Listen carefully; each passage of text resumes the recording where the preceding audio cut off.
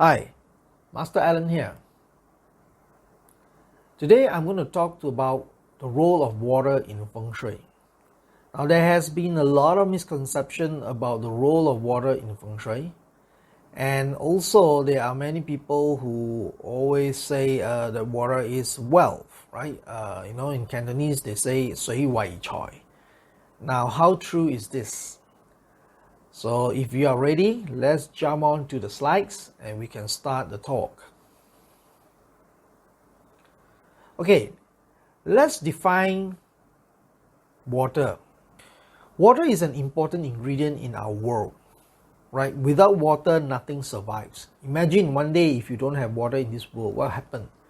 I think every living being on this planet Earth will die, right?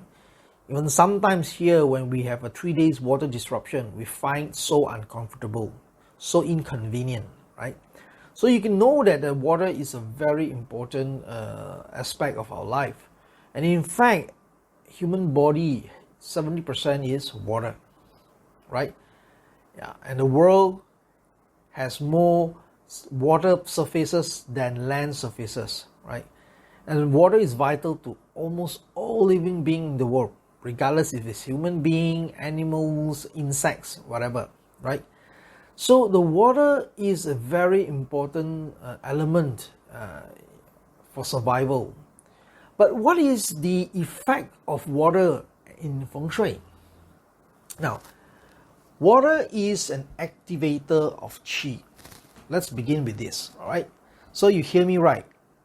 Water is an activator of Qi. I did not say that water equates wealth, right? At this point, I just say that water is an activator of Qi. Now, get that? Right. So this is very important because where there is water, the water will activate the Qi or the energy in that locality or in that sector or whatever you call it, right? So water is an activator of Qi. It is not an activator of wealth. You can only qualify to say that water is an activator of wealth provided certain conditions are met, right? So if you put water in different sectors, they will activate different energies. Of course, now at this point of time, you are not sure whether that sector has good energy or bad energy, right? So you only know that water activates Qi, certain energy in that sector. So, but we haven't come to the point that whether this activation is good or bad. That is very important, right? So then we have to understand. Let's define what is water here. Now the water that I'm talking about is the real water, the water that you drink every day. I'm not referring to water images like painting of fountains or painting of a photo of a big lake or the sea, you know. I'm not talking about water as in color, blue, whatever, you know. Those are images. But when it comes to Feng Shui, we are talking about real water. Okay, so let's qualify the definition of water that I'm speaking here is we are talking about real water. We're not talking about imagery waters, because imagery waters has only certain effect, especially the psychological effects. But real water is the only element that activates the Qi. Okay, so you put a water image, a fountain image, a painting, it doesn't activate the Qi. Right? It only activates your mind, but it doesn't activate your Qi, the real Qi, and in that sector, right? It only activates your mind, you, because you see that photo, you see that image. It only works on you. Okay? So what we are talking now, from now on, is all about real water. Okay? So if water can activate water, okay? So if water can activate Qi, and Qi has two types of Qi. Generally, the good Qi, we call it the Sen Qi, or the growing Qi, or the auspicious Qi. Whereas the negative energy is called the Sa Qi. Sa Qi can bring you a lot of calamities, arguments, loss of wealth, sickness, accidents, critical illness, things like that. So these are classified as Sa Qi. Sen Qi will bring you better health, career growth, good human relations with peers, with family, with spouses, with children, education luck, right? Of course, wealth accumulation. So these are classified under as Sen Qi. So water activates Qi, and Qi can be Sen Qi or Sa Qi. So you have to know. But most commoners or lay people will not know where is the Sa Qi and where is the Sen Qi in the house. Only the Feng Shui master will know. So if you put water at different sectors, you will activate different things. Now let me share with you a real case that happened back in 2016. Yeah, 2016 was the year of the Ping Shen, or the fire monkey. Yeah, right. So as you know, every year people will go to this, before the beginning of the year, people will like to go to, they get free tickets, or they pay a small amount of money to go to listen to some seminars or online seminars, or they buy some magazines, publishing magazines on yearly luck, right? So this uncle actually went and to one of the local seminars here, by a very famous master. And then if you look at the flying star here, you see the number 9 star is in the east that year. So accordingly, what I was told, that the master advised that because 9 is the annual star, and it's a good star, it's an auspicious star, so it's in the east, but it's only coming for just 1 year. So you want to get quick benefit out of it, just put water, so you can get some quick windfall money. So this uncle took that advice, went home, did as was advised. So put a fountain in the east side of the house to tap quick money. Unfortunately, a couple of months down the road, he passed away from a heart attack. So why? Is it true that because you get money, so you have to sacrifice your wealth? Well, the fact is that he didn't really get money, that much of money, because according to the family members, it wasn't really, there was no significant increases in the business, basically. But then this person got heart attack and passed away. So unfortunate, right?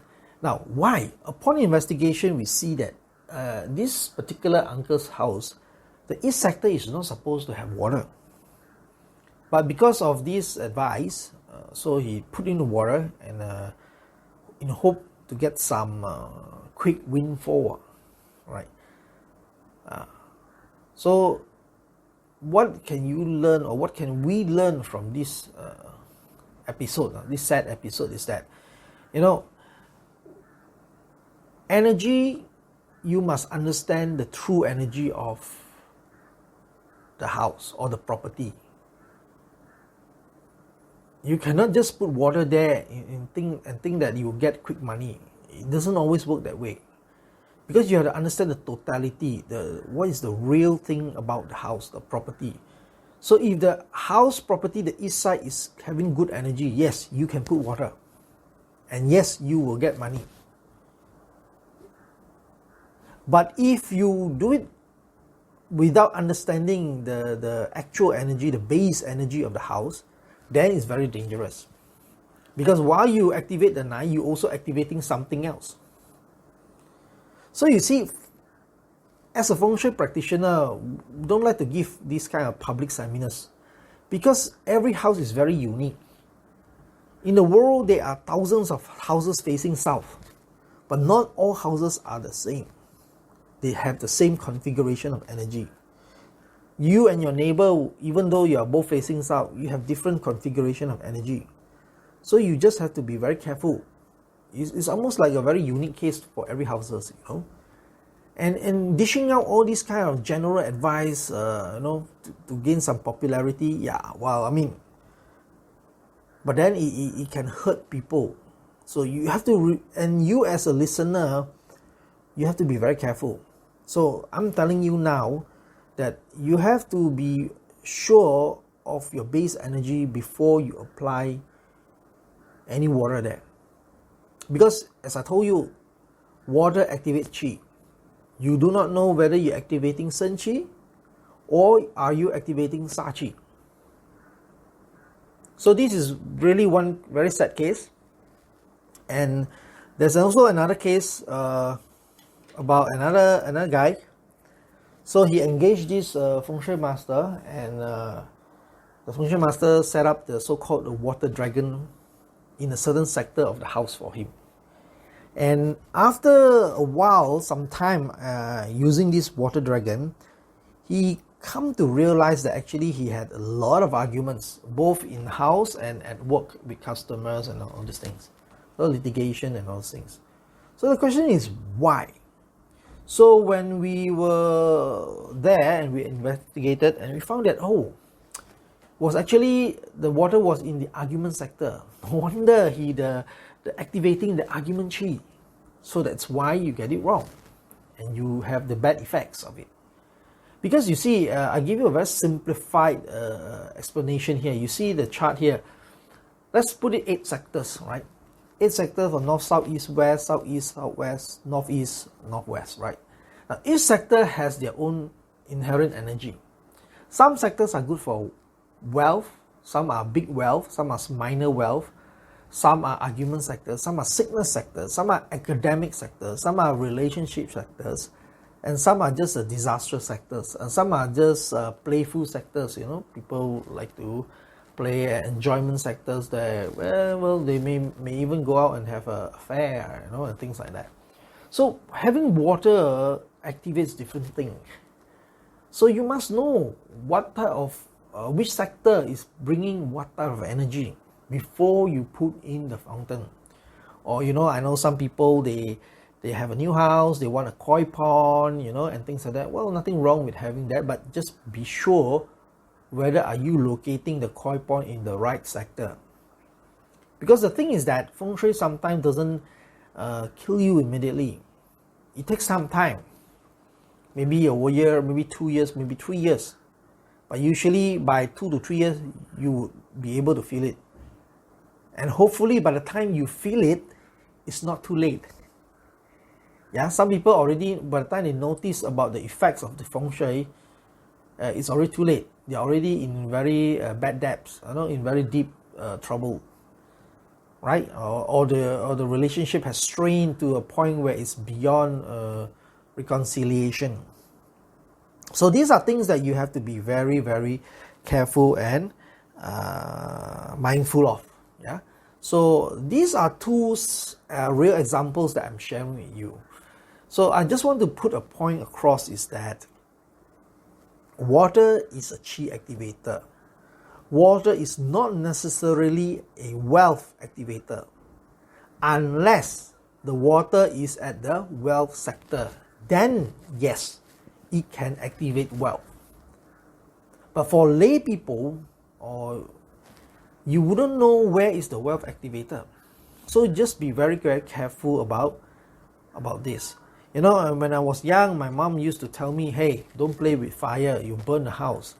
But as I grow up and into this profession, I tell you, don't play with water. And most importantly, don't try to do it yourself. Make sure you engage a reliable Feng Shui expert when you want to place especially a body of water in a certain sector of your house. Because locating it at the wrong place may activate the Sa qi, and it may hurt somebody in the house, right? So definitely we do not want that to happen, and for that reason my advice is that get a reliable expert to do it for you, okay? Because there are too many Feng Shui schools and theories around. I know there are no quick and fast rule to tell you who is the reliable expert here, but I guess word of mouth, past experiences from friends will give you an indication, right? Will give you an indication of that. So that is what I want to share with you today about the role of water in Feng Shui. So remember, Feng Shui is about Qi. Qi is activated by water, and water can produce Sen Qi or Sa Qi. So be careful where you put it, because you must understand the energy of the property very well before you locate that water body in that house. Okay? Now, so I hope you enjoyed this short talk, and if you benefited from it and you like to share with your friend, we'll be very happy if you subscribe, give it a like, and share with your friends, or press the bell so that every time we have a new video, we can share more with you.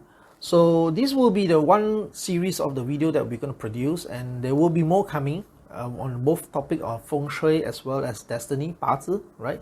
And so if you subscribe, then you will get the notice every time. So thank you very much. I hope you benefit from it. Thank you.